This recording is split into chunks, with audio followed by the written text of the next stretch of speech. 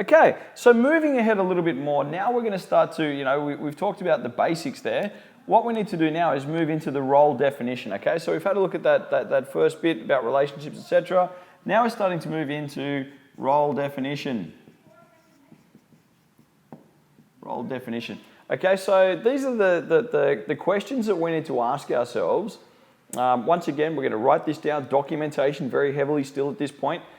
Here's a bunch of questions. And the first question that I really need to think about is, why does this job exist?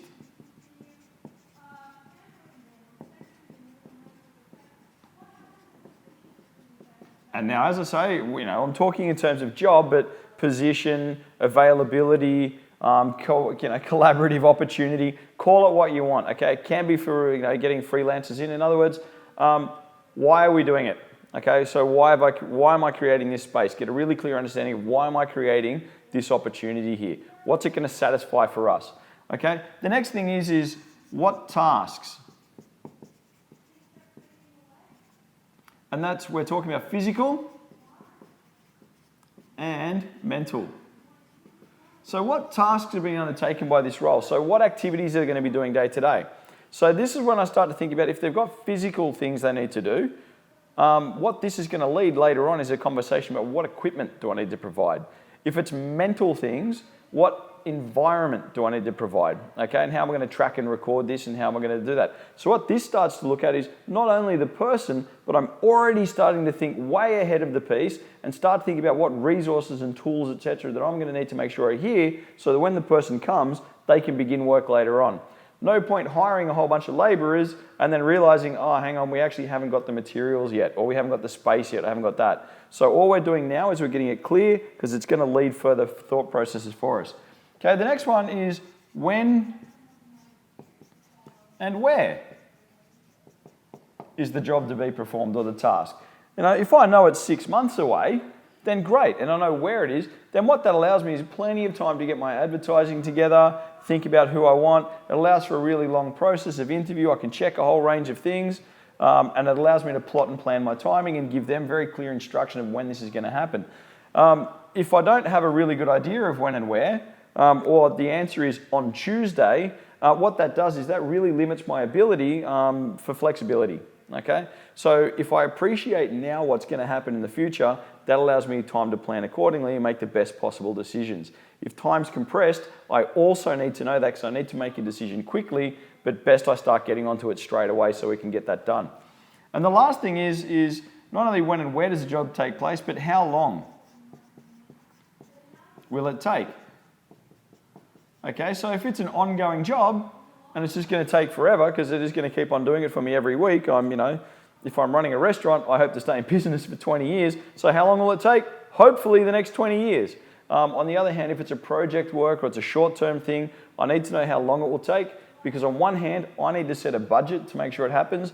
And on the other hand, I need to let them know the nature of this relationship. Is this just a short piece of piecemeal work they're going to be doing for me, or is this going to have a longer-term plan? Okay, and that allows them to start to come and do their personal planning and think about what they're looking for. So once again, I'm getting the right person in the right job at the right time and helping me.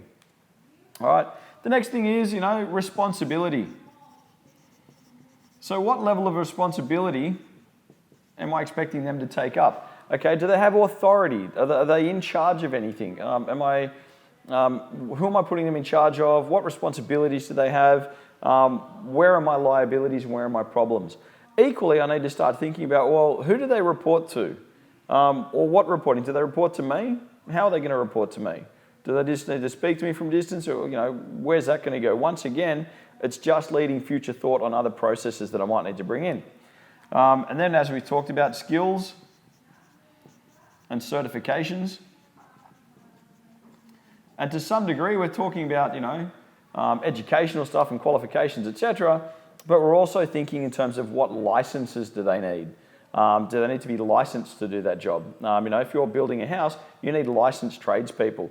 If you've got a contractor coming in, even for a short term, to just install the lights for you, you need to use a licensed contractor for that. Even though all these things are it's like a 3-hour job or something, I still need to think about the skills and certifications. I don't just look up the back of a newspaper and go, my dodgy cousin who's going to install the lights. No, I look for a qualified person. I'm still doing this very quickly, and that allows me to get a quote from that person because I can say, this is what I'm doing, this is what I need installed, this is what's going to happen, this is where and when, and can you tell me how long it takes? Then I can plan around it, and their skills and certifications. I also need to think about what are the working conditions. Okay, so I need to think about what sort of space are they going to work in. If I'm running an office, I can say, yep, it's an office. But what if they're out there driving a taxi? Well, what's the working condition there?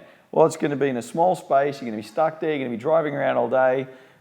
This is what it's going to be like. Or you're working in an air-conditioned office, this is what's happening. Or it's a busy restaurant. Now, all of those things are going to require a slightly different type of person, and we need to make sure that people are aware of that. Machinery and equipment.